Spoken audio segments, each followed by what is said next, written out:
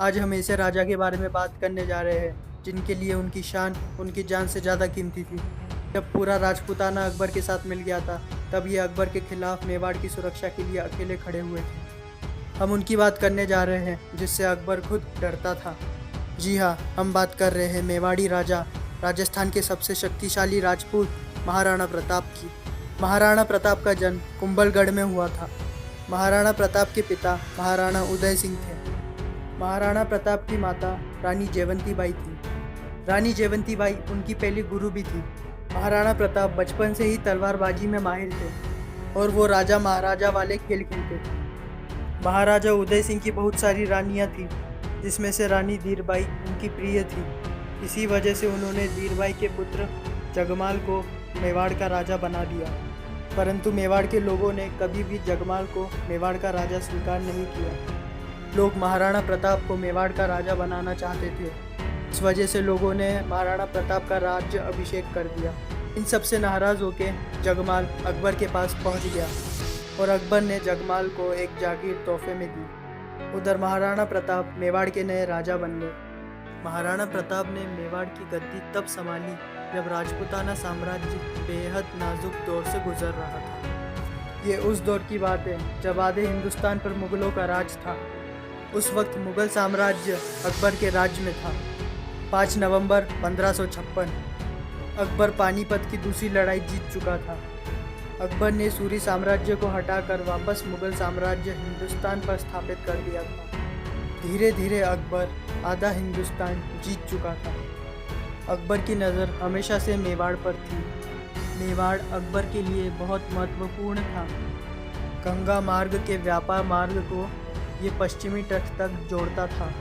अगर अकबर को व्यापार के लिए गुजरात से समुद्री मदद लेनी पड़ती थी, तब उसे मेवाड़ को पार करना पड़ता था।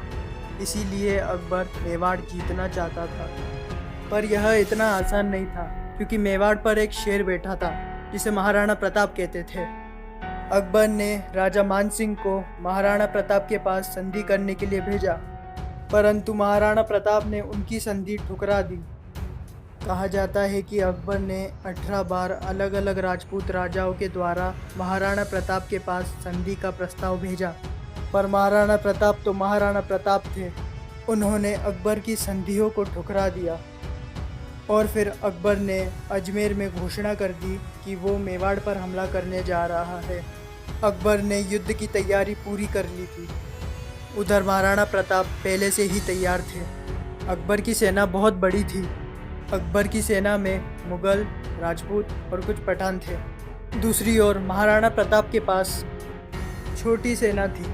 महाराणा प्रताप की सेना में राजपूत और अफगानी राजा थे जो अकबर के खिलाफ थे। इसके अलावा महाराणा प्रताप की सेना में भील भी शामिल थे, जो महाराणा प्रताप के लिए अपनी जान देने को तैयार थे। अकबर के पास 80,000 की सेना थी और महाराणा प्रताप के पास 20,000 की सेना थी। अकबर ने बहलोल खान को सेनापति नियुक्त करके राजा मानसिंह के साथ महाराणा प्रताप से युद्ध करने के लिए भेज दिया। अकबर कभी भी महाराणा प्रताप से सीधा युद्ध करने नहीं आता था।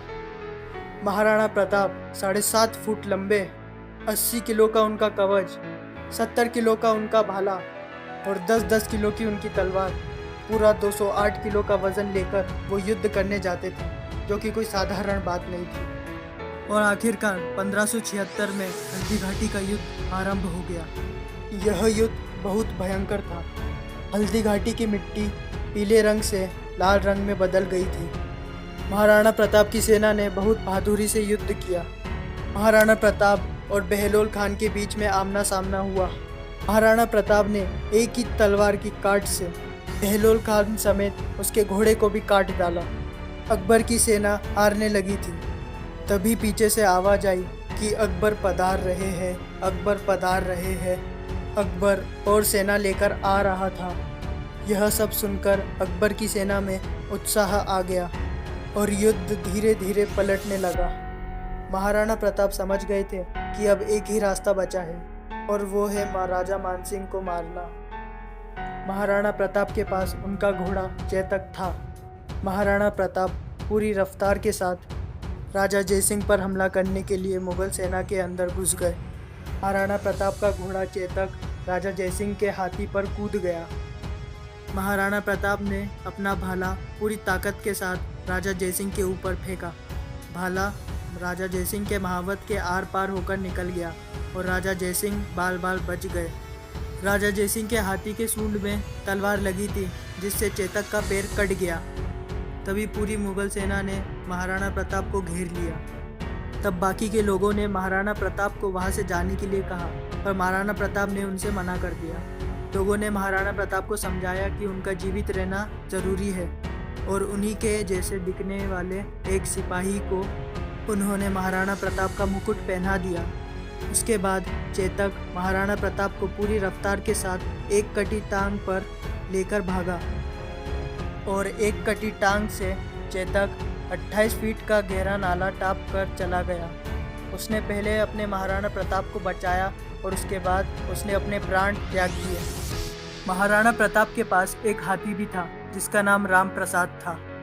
हल्दी घाटी के युद्ध में राम प्रसाद ने अकेले ही अकबर के 8 हाथी मार दिए और कई घुड़सवारों को मार डाला था। अकबर के महावतों ने 12 हाथियों की मदद से राम प्रसाद को बंदी बनाकर अकबर के पास ले गए। अकबर ने राम प्रसाद को काबू में करने के लिए 28 दिन तक बहुत कुछ खिलाना पिलाना चाहा, परंतु राम प्रसाद ने महाराणा प्रताप से बिछड़ने के दुख में अन्य जन का त्याग कर दिया था और वो कमज़ोरी के कारण मर गया।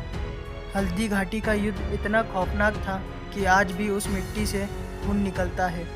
वो युद्ध कोई भी नहीं जीता और सिक्का हमेशा महाराणा प्रताप का ही चला।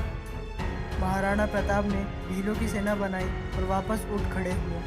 महाराणा प्रताप ज़मीन पर सोने लगे और घास की रोटियां खाने लगे। उसके बाद अकबर ने 20 साल तक चित्तौड़ पर हमला किया पर कभी सफल नहीं हो पाया। इसके बाद अकबर ने कभी चित्तौड़ पर हमला नहीं किया। एक बार शेर का शिकार करते वक्त महाराणा प्रताप घायल हो गए। उनकी चोट बहुत गहरी थी जिससे उनकी मृत्यु हो गई। जब यह बात अकबर को पता चली तो वह बहुत रोया। उसने अपना दुख प्रकट करते हुए चित्तौड़ को एक चिट्ठी भेजी। इसी के साथ भारत ने अपना एक योद्धा गंवा दिया। अगर आपको ये वीडियो अच्छा लगा हो तो हमारे वीडियो को लाइक कीजिए, हमारे चैनल को सब्सक्राइब कीजिए और उस बेल आइकन को दबा दीजिए और कमेंट में बताइए कि अगला वीडियो आप कौन से राजाओं पर चाहते हैं। धन्यवाद।